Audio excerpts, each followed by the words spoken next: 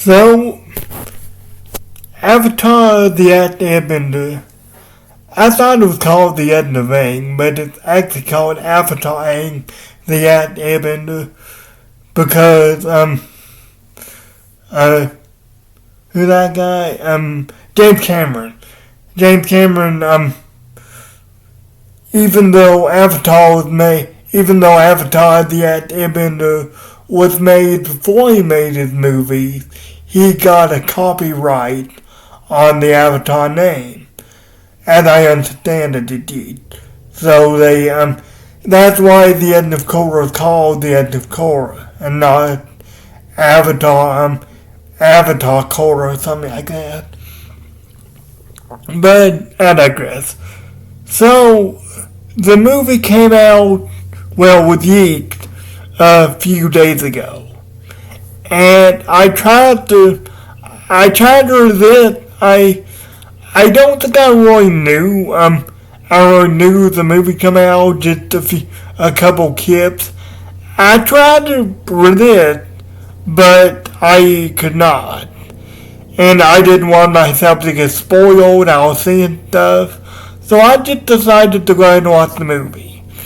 And the funny thing is, I could go beat for beat reviewing this movie. I've seen it like 5 or 6 times. But I'm not going to do that. Mostly because that would be a long video. And also, I don't know how many views it's going to get. So I don't want to make a long video just for no views. But anyway, there will be spoilers in this video. I thought about making a no spoiler review, just a general thoughts, which my general thoughts right off the bat are this movie is awesome. A few nitpicks I'll get into along the way, but this movie is awesome. I highly recommend it. But I decided to go with the spoiler review because, well, if you stuck around on this point, you don't care about spoilers. You've already seen the movie. So we start off. Avatar Aang is at the Southern Air Temple. I didn't know the first few times what temple he was actually at. But he said in the first few minutes, yes, go home. So we were at Southern Air Temple. They were doing some him, Appa, and Momo, not guitarists. He had to stay behind in Republic City. But him and Appa and Momo were doing kind of an archaeological excavation, seeing if they could find Airbender relics. Which, if the movie hadn't happened, just to get the question out of the way, my question is, why? I mean, I understand preserving history and everything and wanting to do that, but, I mean, if you're supposedly gonna be the Airbender, like he frets about, then, and if you don't, and if you're not really teaching about Airbender history, then why are you doing that? But like I say, I understand sentimental value, and it was probably just for sentimental reasons, just to feel closer to his people. He finds an object written, a little statue, and at the bottom, written in his language. I don't know if the Avatar film, the Avatar show, had a language you could decode, cause some shows do. They make up a language and you can decode it, it correlates with the alphabet and everything. but I don't know what it was, which is his own language. It says Sonam on it, and ponders if this could have been, this could be the older drug they found, because it looks centuries old. But then we're introduced to the antagonist of the film, the denied. These proto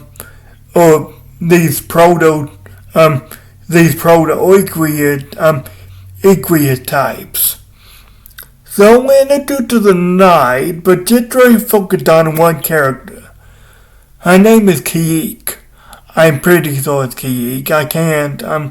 I can't find any record of a name with the casting or anything, but I'm pretty sure it's Kiik. And I'll get more into this, but she's just an absolute delight.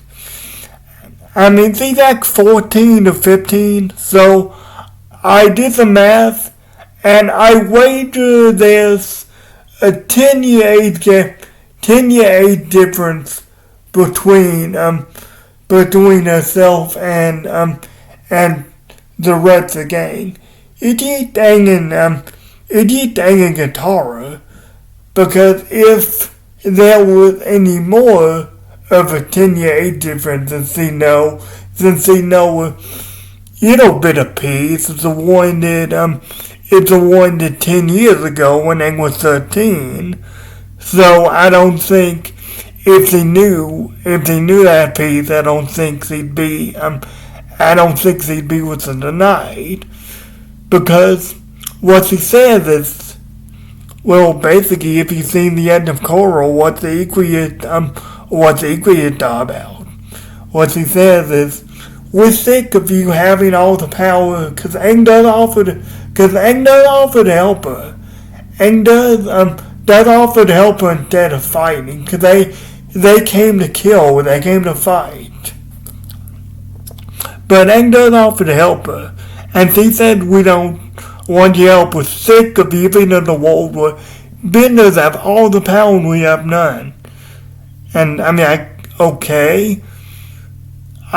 My question that would be, because I don't know if I'm going to get a chance to exit again in this video, but my question that would be, well, what's the end goal there?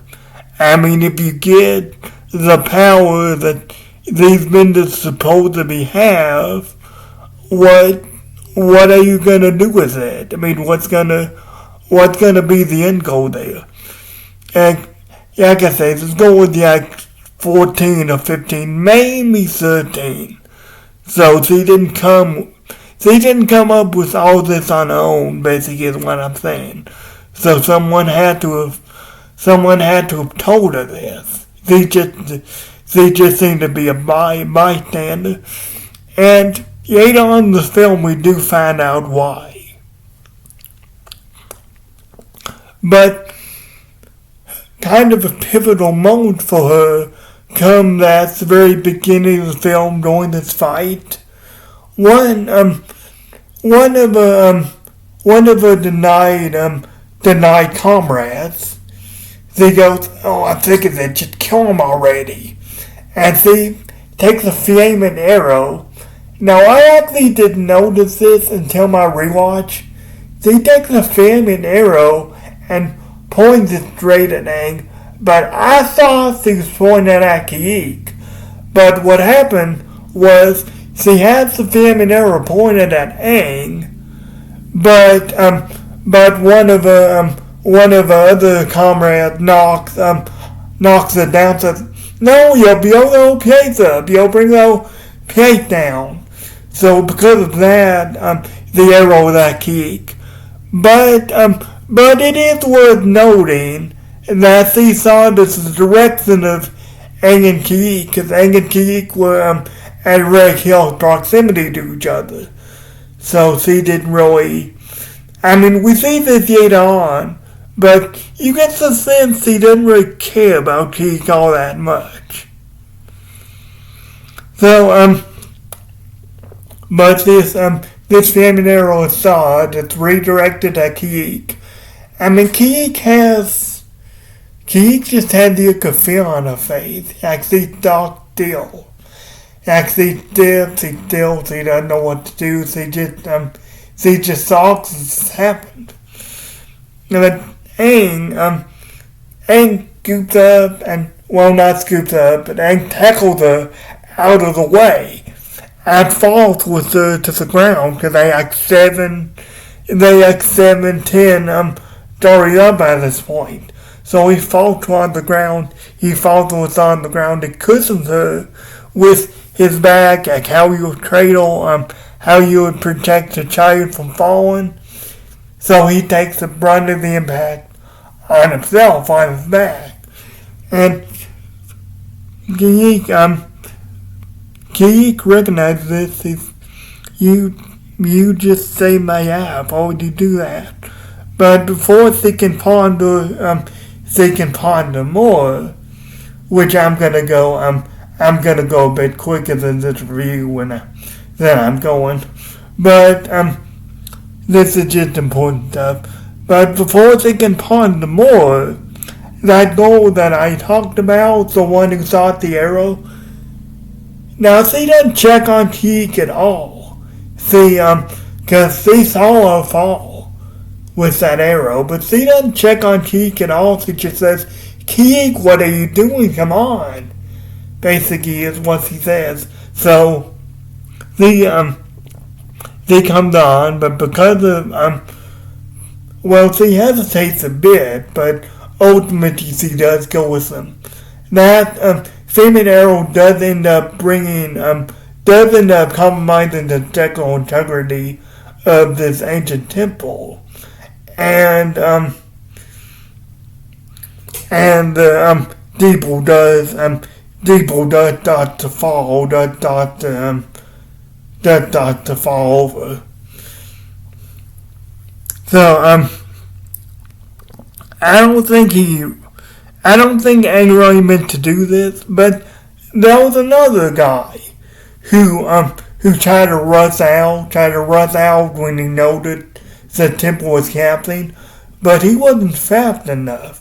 The temple would have crushed him, but Aang comes out, holds up the temple with his air bending, and holds up the steeple with his air bending and his earth bending. And we get to see him going to the Avatar state. His master going in and out of the Avatar state at will. We see him use the Avatar state to hold up the steeple, which it's funny because I thought to myself, which we see this later on, but I thought to myself, yeah, Top still the greatest earthbender in the world. Because he did that, he held up Stone Yaiberry, a massive weight of a Yaiberry, but he did it when he was 12 and when he was behind and when he was in sand. So yeah, that was just funny to think about. It's not sad, but there's an overtone to that. So Aang does end up saving the guy. He saves the temple with his command of earth bending and air bending. It places it back where it belongs. So Aang goes back to Republic City. So the premise of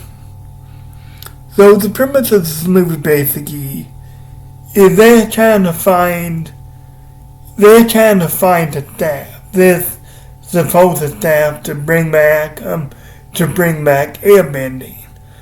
Half of an yacht avatar named Sonam. We see why I see the yacht gate on the movie, but one of Aang's past guys, he said to him, Sonam disappeared so completely that it was actually never existed at all.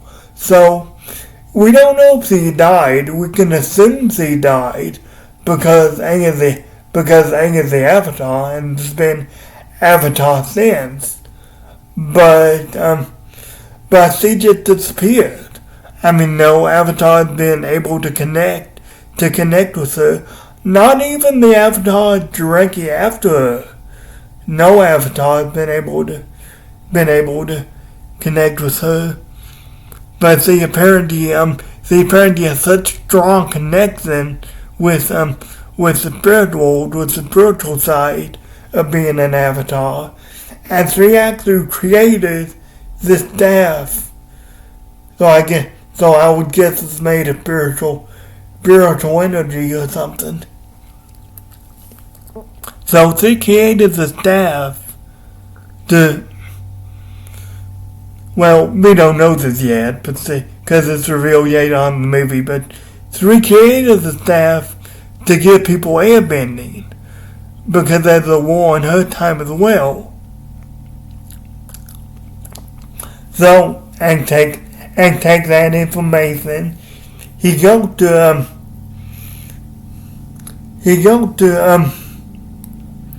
a mountain called Mount Let me see. I can never remember the name. Bayou. Yeah, I had the agent to be mixed up. So we go to Mount Bayou. I can never remember the name of that mountain, no matter how many times I've seen the movie. So he takes this information. He goes to Mount Bayou, where the Denied are going, because what I forgot to mention was they have a map. That's what they were after. They were after the map, supposed to be the Sona's staff. I guess it was in her statue. I didn't really see that. But then they get this map, and we don't know how they knew about it, by the way. Because Aang didn't even know about the legend of Sonam until a very fat Avatar told him, and even then with just the legend of that guy. I mean, he didn't know Sonam personally or anything. He was a few generations or handful of generations after, I would imagine. So we don't know how the Denai knew about the map. But they have the map now, and Aang uses that information to go to Mount Bayou.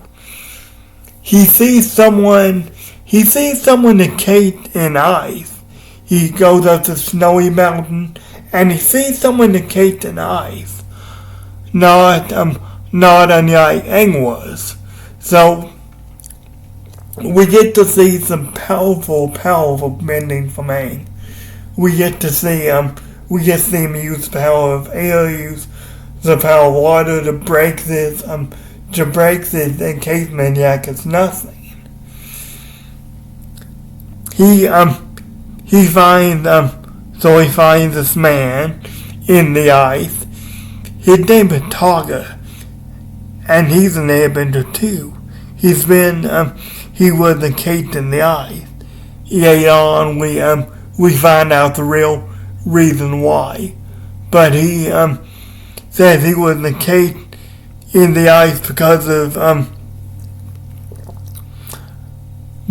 war. And that's the last thing he remembers, there being a war. So Aang figures Sona must have encased him in that.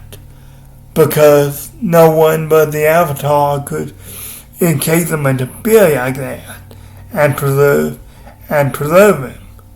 So we find out that it wasn't just ice that Aang was entrapped in, and it wasn't just ice that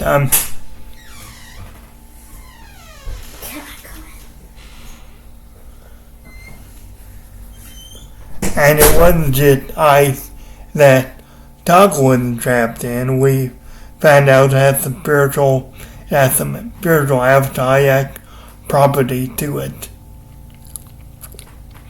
So the gang fall talk on an adventure, but eventually it's revealed that, this was kind of predictable, but eventually it is revealed that like 30 minutes. Sorry, my nephew. I had to talk with him about this yesterday. But anyway, the Gangfall Saga, who is an airbender, he's a master airbender apparently because he has tattoos. So he follows, so the gang falls Saga on a quest for the staff, for his own staff. And like I say, eventually it is revealed that Togga's a bad guy, which I have some questions about that too, which I'll get to them now because I'm going quick. The reason Sunma encased him in ice was because he stole the staff. But the reason he stole the staff was he saw his friend die in war. He saw a yard of his friend die in war. And he begged, after throwing him, he begged her to wipe out the enemies of the Anomads, those who would seek to do them harm. Oh, by the way, this time it's the Earth Kingdom, not the Fire Nation. One thing we do learn is that the Earth Kingdom wasn't originally a kingdom, it was a tribe. But they separated themselves from the rest of the elements and built their own kingdom. We don't know why, but that's a risk factor to go into if they decide to do that. So Tonga sees the Adventurers die, and he begs after throwing them to wipe out the enemies. But what I find strange is when Aang finally meets her, Avatar Sonam says, "Oh, I gave airbending to these people and sent them to deal with corruption and disruption and everything." And you didn't go with them because, this whole thing. Funny enough, this whole thing could have been avoided if he just went with them.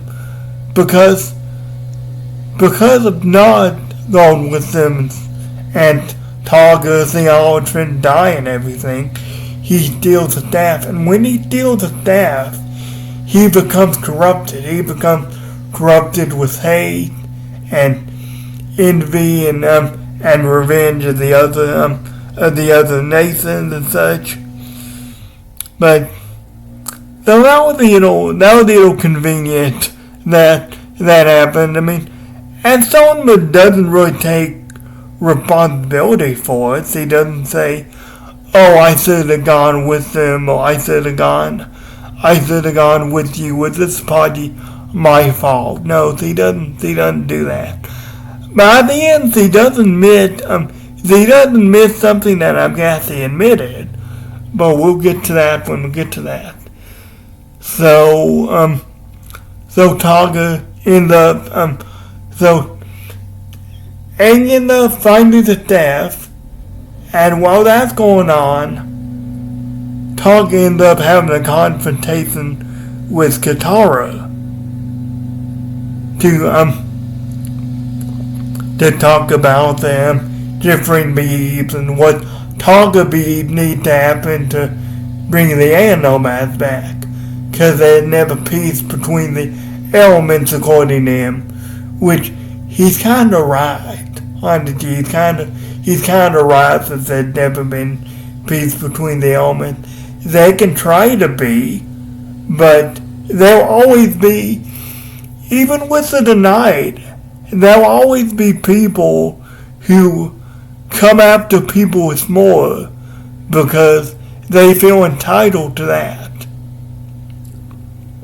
Though he was key right on that point, he just went about it the wrong way. So he had the confrontation with the gang, or Aang getting the staff, and the gang all dies. I mean, I've seen some people gloss over that, but no, the gang just dies. I mean, Taka wipes them all out, which is understandable because they've never fought an Airbender before. I can't imagine. I can't imagine Aang with them. I'm not saying he doesn't, but that's not in any way close to real combat, I would imagine. The only one who has experience fighting an Airbender is Zuko. And that's because he was originally a villain. He was originally hunting Aang down. So, Aang gets the staff, Taka kills his friends, Aang finds out that Taka kills his friends, and Aang goes, not berserk, but Aang does fight Taka in the Avatar state, and he panics and everything, and all his friends are dead. So Taka ends up not smoking Aang, but Taka does end up beating Aang, even in the Avatar state. That's something I've seen people have a problem with, and I will admit that they treat the Avatar state Final Fusion from Dragon Ball, of Super Saiyan, not Final Fusion, and they nerf it a little bit, but I'd imagine. It's not like Aang uses the Avatar state to win a race against a bunch of kids. That'd just be silly to do, which I'd imagine that had to be a risk you run, that had to be a compromise you make to keep the story interesting, especially with someone that can go in and out of the Avatar state at will, and it's apparently the most powerful state it can go into. But I will concede that they need to tighten that up just a little bit. Well, more than a little bit, but they need to tighten that up. But this, so Taka beats Aang. Oh, before that, I should mention that that's the denied on that trail. So all the while the denied have been trying to get through the storm that's been happening, that's been separating the gang and red humanity from the staff. And what we do find out something interesting. So before that, when the gang are heading to the mountain, heading through the storm, the night on the trail, and we see Kiyik again. Kiyik looking through a telescope and saying, "Oh no, it's the Avatar." This time he's got his friends with him. And one of them goes, "How? They don't even have a map." Which is interesting because Taka, this ancient airbender from the golden age of airbenders, can navigate the occasion based on the current, based on wind currents, based on air currents. So I guess the goes in charge says, "Oh no, we're not taking any chances. Kill him." And Kiyik says, "But he spared our lives." And I don't know about you. I don't know about our lives, but he definitely spared your lives, kiddo. But so at that point, this woman, which we don't know her name, we never know her name, but this woman just grabs Kiyik and holds her up against the wall. Like, "Oh, you better think the spirit that Katara didn't see you doing that, didn't see you setting the child as body harm." But we find out through that Kiyik's actually an orphan. Kiyik's an orphan and her parents were killed. That's why I said that to be a 10-year age difference between them. And also, her parents probably died when she was unfortunately around 4, which I've done the math, it didn't really work in Republic City being how it is, because a 4-year-old, using their parents, I wouldn't expect someone like Katara to just get a 4-year-old go off on their own. It's possible they didn't know about him. See him to none that people didn't report the child running around by themselves and grounding for food and everything. But I digress. So we learn now that Kiyik's an orphan, and we learn that it doesn't really sound like this main goal that either the Knight really cares about all that much. So we get to the end of the movie. I said I wouldn't go through this beat for beat, but it still turned into a longer review. I'm sorry about that. But Aang is beaten by Sonam, and then Sonam comes upon the Knight, with the Knight all non-benders. So Sonam, which of course they would be. So Sonam comes upon the Knight. He's riding on up. He has a staff. He goes, "The Knight, if you want to create a new world where you have the power, I can give it to you, because it can give people bending with the spiritual power of the staff, just like the Iron Turtle you two back in the ancient days of the Avatar, back in the ancient pre-Avatar era."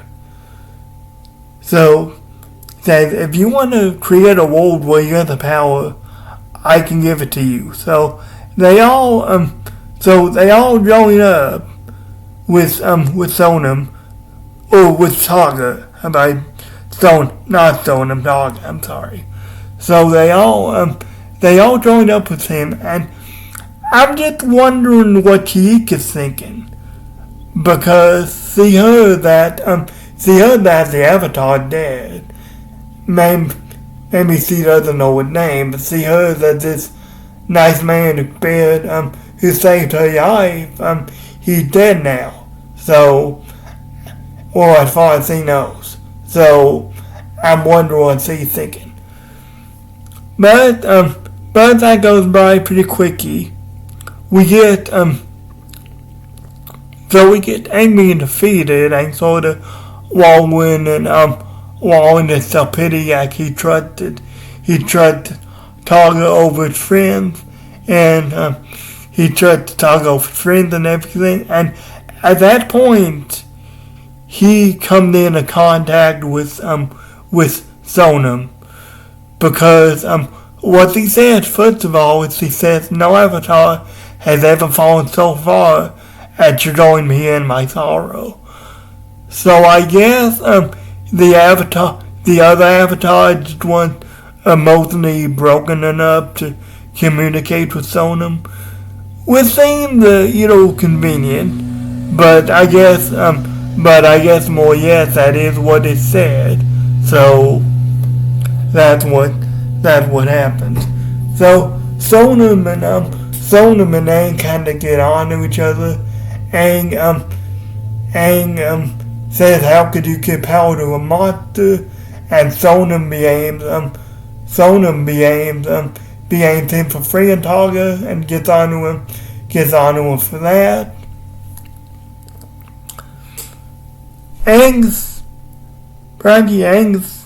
at the precipice between life and death here. That's why this is happening. But Katara brings him back. And remember I told you that I said that the gang all died? Well, Katara brought them back. Because apparently this water was spiritually charged. To where they can bring to where Katara can bring most people back to life. And just enhance the healing ability. Which I don't really know if they was technically dead or not, or just wounded severely. But Katara doesn't do that. And walls himself pretty a little bit more, just saying, how could I trust Targa? I can't believe I trusted him. So they get up for the climax. The climax, Targa faces off against Aang with Targa has a staff, so greatly enhances his abilities. So Targa faces off against Aang with the staff, and the rest of the gang faces off against the Denied. But interestingly enough, the thing to really see is Kiik facing off against Katara, which I say we see that, but we don't see that explicitly. Like it's not like a big fight or anything. So Kiik faces off against Katara. They exchange some words. Kiik says, basically I have no choice. The world hasn't been good to me. So Katara trying to sympathize with her, which is great. And then that woman who doesn't seem to care about Kiik at all, remember, that woman comes in and says, get away from her, to Kiik and Katara, which, interestingly enough, it's not, I mean, we can assume it was who we're talking to, but it's not make clear exactly who we're talking to, because what ran through my head when I heard that was, get away from her. I don't want you infecting her with your kindness and see already on the edge, since your avatar saved her. So she may be telling Katara to get away from Kiik. So, because if Katara talked with Kiik a few more minutes, Kiik would probably revert to the good side and probably just change her ways. Because he's not that old, he's very young. He's at 14 or 15, so he still had time to get away from the ideals of the Denied.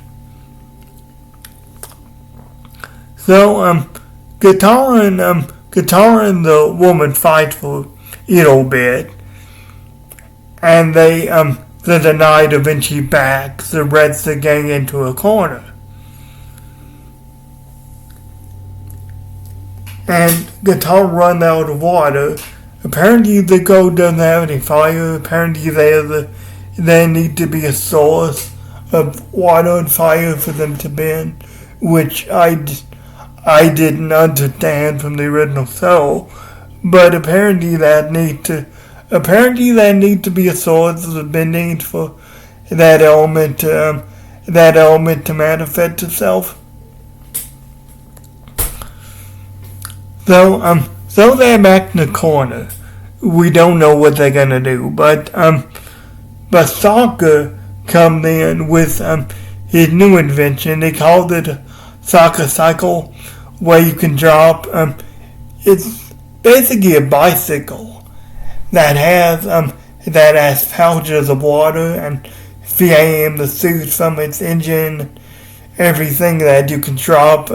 You can drop water on your enemy. Zuko can use the fire, but you can use the fire to propel mainly. So, because of that, Katara has some water now, and they all push back to the night. But during the fight between Togga and Aang, the city catches on fire. Republic City catches on fire, and we see that the night. I thought they win. I thought they did yet. I thought they just went on ahead, but apparently they didn't. There's a point at the end of the fight where that woman who assaulted Kiik, that older woman, where she uses the airbending, and she goes, "Oh no, my power!" So apparently they did. I thought they just abandoned Kiik, which for all intents and purposes they did. But after the night peace out, so to speak, Katara's on Appa and he says, "We need to get these people out of here. We need to save as many people as possible." Then we see an air current. We see an air current scoop up this elderly man,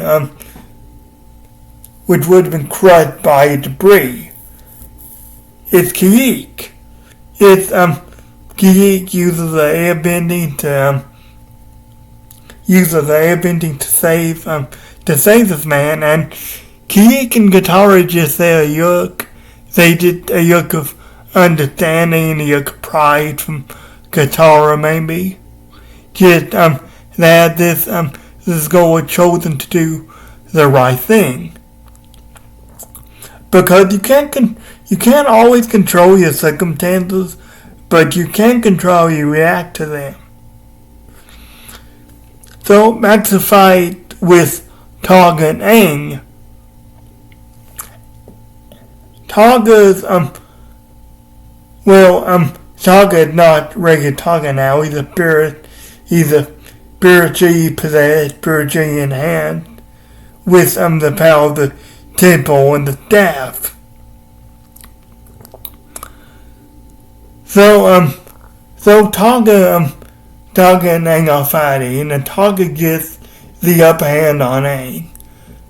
Because I guess Aang is still holding back, I don't know.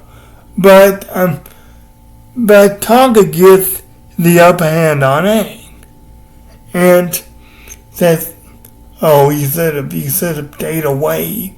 You know, Avatar, you should have stayed away from me, but now you'll die knowing you were the Airbender." So he jets Aang off a high point, off a burning building. So and he's getting prepared to deal the final blow. With Togga's getting prepared to do the final blow against Aang, which, interestingly enough, and Aang catches it too. It's not like it's something that just I noted. That was an integral part of the movie. Interestingly enough, I think Aang recognizes that move. Aang recognizes that move as a manifestation of maybe lightning bending. It was air, but the movements are basically the same. So when Aang recognizes that, he catches that air pocket. He's running a little bit. He's having trouble, so he catches that air pocket, and this time he doesn't hesitate. like he did with Ozai. He suits it to Taga. Taga doesn't die, but he does raise the staff. So, Aang has a staff now, and Aang just go crazy on Taga, and with Saga cheers for that, but Guitar points out, no, the power's corrupting him, and which basically is what Taga wants. Taga says, fine, you have the power that our people need. Prove to me that you can bring our people back. And it looks like Aang is going to do that. But he sees a reminder of the air nomad, this piece of cause. A reminder of his people, a reminder of their principles. So what he does instead is he breaks the staff. And when he breaks the staff, all of the airbending, the firebending, the various bending that these tonight have, they go away. Because that connection with the bending has been broken.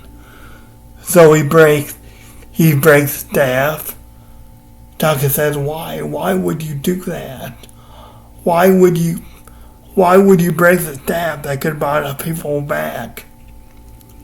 And he said, not as a risk betraying everything our people stood for. I'm not gonna bring our people back like that. So I say young story sword, but it's already been very young. So at the end, Taga does die or transcend the spiritual world or whatever have you, whatever that looks like.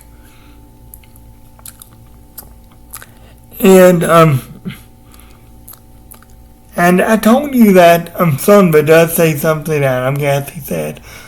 Sunba and Aang meet again, which I guess the connection is just restored to her now, so that's good.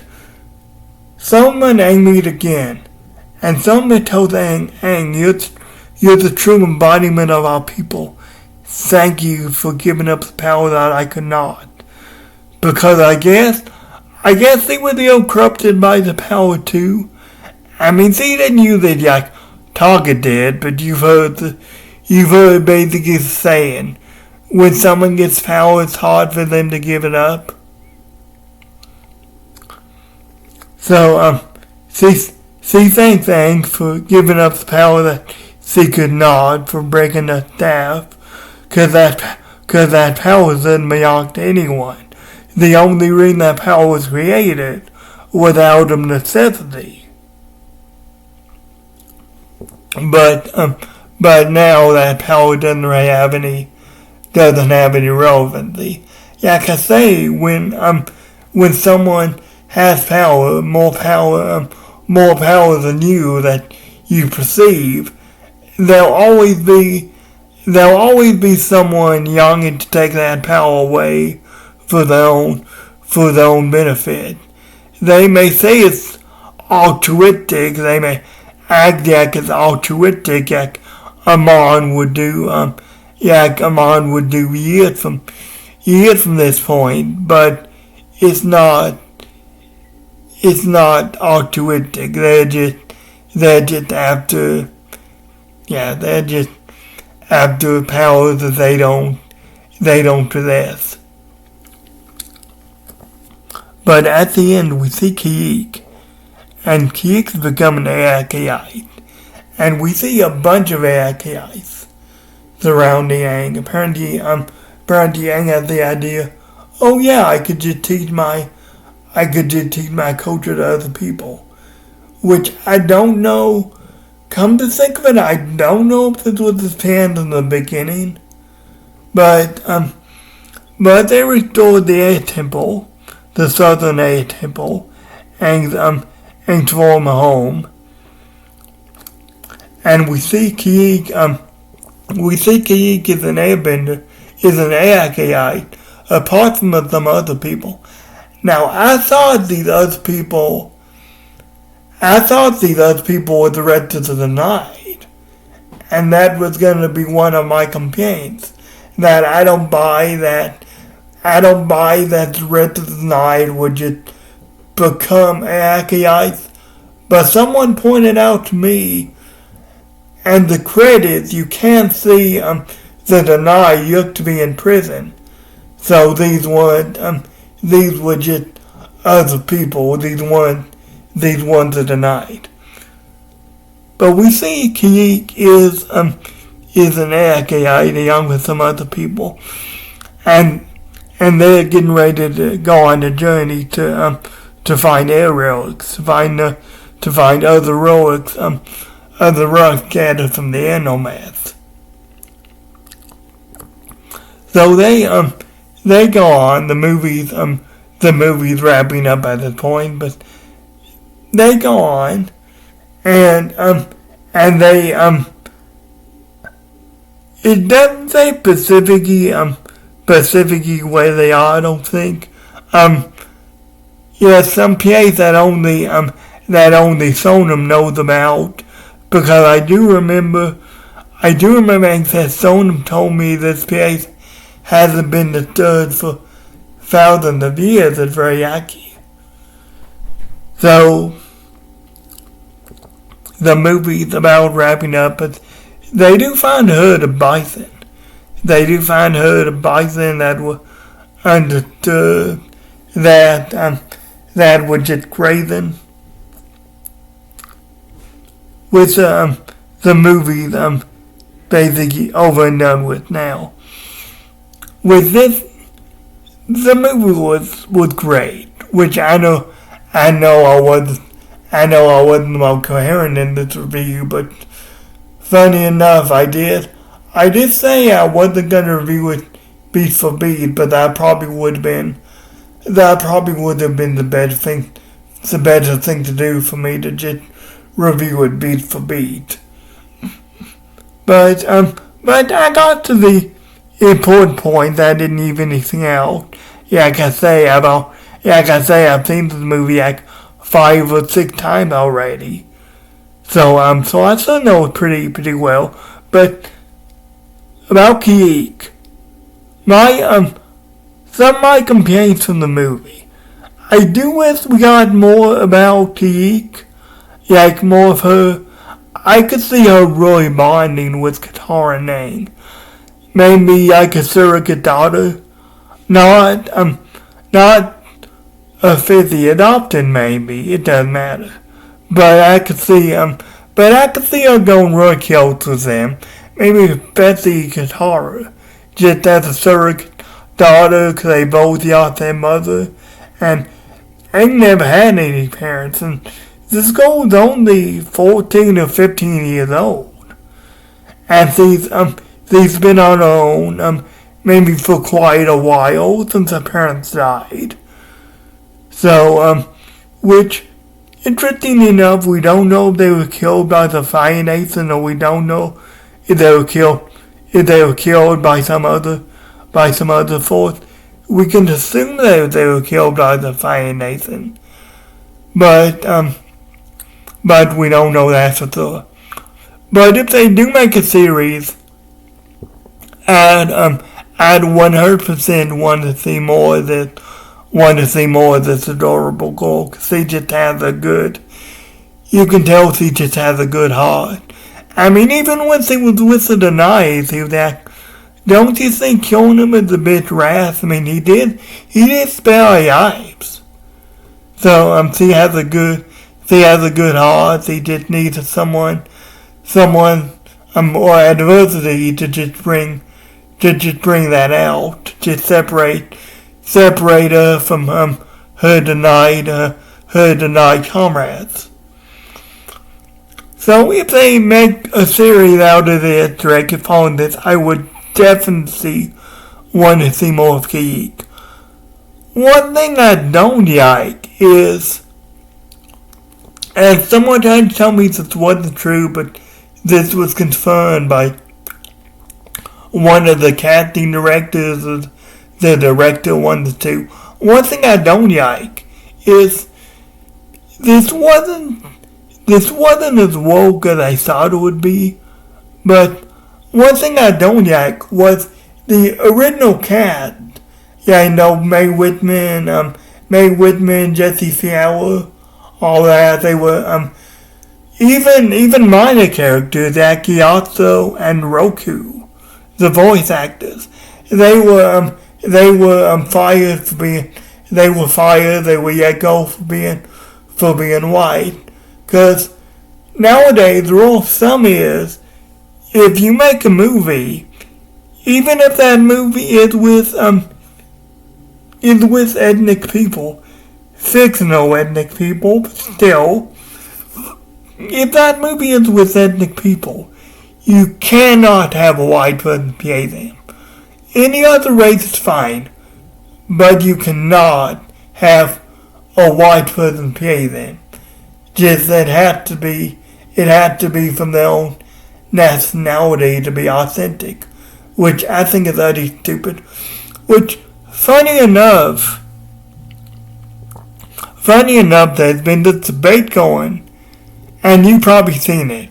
There's been this debate going about Avatar and about how it's being received today, with the blind girl beating up a bunch of grown men, and it being called woke if it were to read today and everything. But funny enough, this was read today, and the original show, the show that people call woke, it wasn't woke enough, because even back then, even for a very progressive show, even for a very woke show as it came, that would be canceled today, or that would be complained about today, even that woke show wasn't woke enough to the point where they had to get the original actors out because they weren't diverse enough. So that's just funny to me to think about. That's something you can bring up whenever someone says, "Oh, Avatar wouldn't be read today because it'd be complained about being woke." That's one thing you can say. Well, the movie was read today, and the voice actors were fired for being white and not being the same nationality that they were portraying. So yeah, that's funny to think about. That's a nice gotcha moment for the Wokies. But all in all, this was a great movie. This was some nitpicks I've gone over, but all in all, this was a great movie, and I highly recommend it. Hopefully, with the yeek and everything, because this movie was originally supposed to go to theaters, but Paramount pulled it from theaters. Maybe because they knew the original voice actors weren't going to be involved, I don't know. But Paramount pulled it from theaters. But hopefully, the response to the yeek and the positive reception, it forces them to put the movie back in theaters. You had to go see it again. Because if it does go to theaters, the original plan was for it to have October 2026 release date, which I don't know what they're going to do now with the yeek and all that. They may release it ahead of time, I don't know. But all in all, this was a great movie. Thanks for sticking with me for my review, and I'll see you next time I see you.